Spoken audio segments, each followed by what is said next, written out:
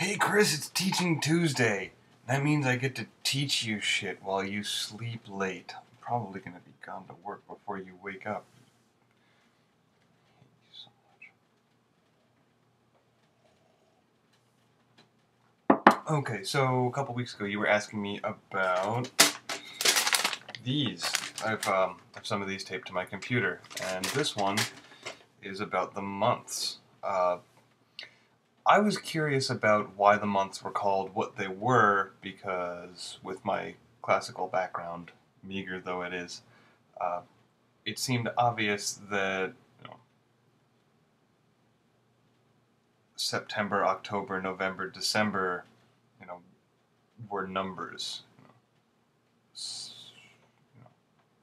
October, like Octopus-tober, because 8 is what I'm trying to get at.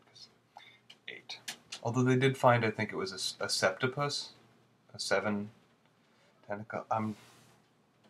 I'll start over. Greetings, Chris. Now, okay, so originally, we get calendars go back like I want to say 3,000 years. I know there was a Mayan calendar and an Egyptian calendar.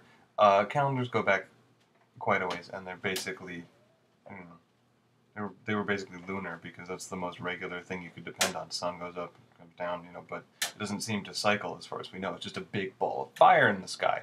The moon, changes. You get I was going to start talking about shapes of the moon. You get different shapes for the moon. Moving on. The Roman calendar was originally, March, April, May, June, and then quintilis, sextilis, September, October, November, December, which is weird to my mind, the idea that you could, oh, it's March, April, May, June, 5, 6, 7, 8, 9, 10. It was a 10-month year. But it's weird to think of months as just numbers. Like, could you imagine, I was born in July. That's July. That's a name.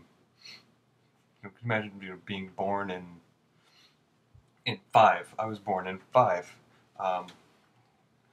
I was gonna lie and say that then the calendar was altered to include the months, Piltic Squaby and Captain Flapjack-tober. But Captain Flapjack-tober is not a month, and I thought maybe you would have seen through that ruse.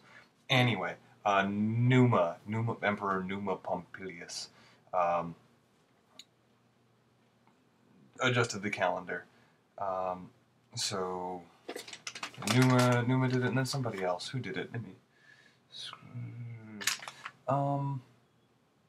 Nah, we'll leave it at Numa. Although there's a bunch of different sources, but January was invented, named after Janus, the two-headed god of gateways, also of beginnings and endings.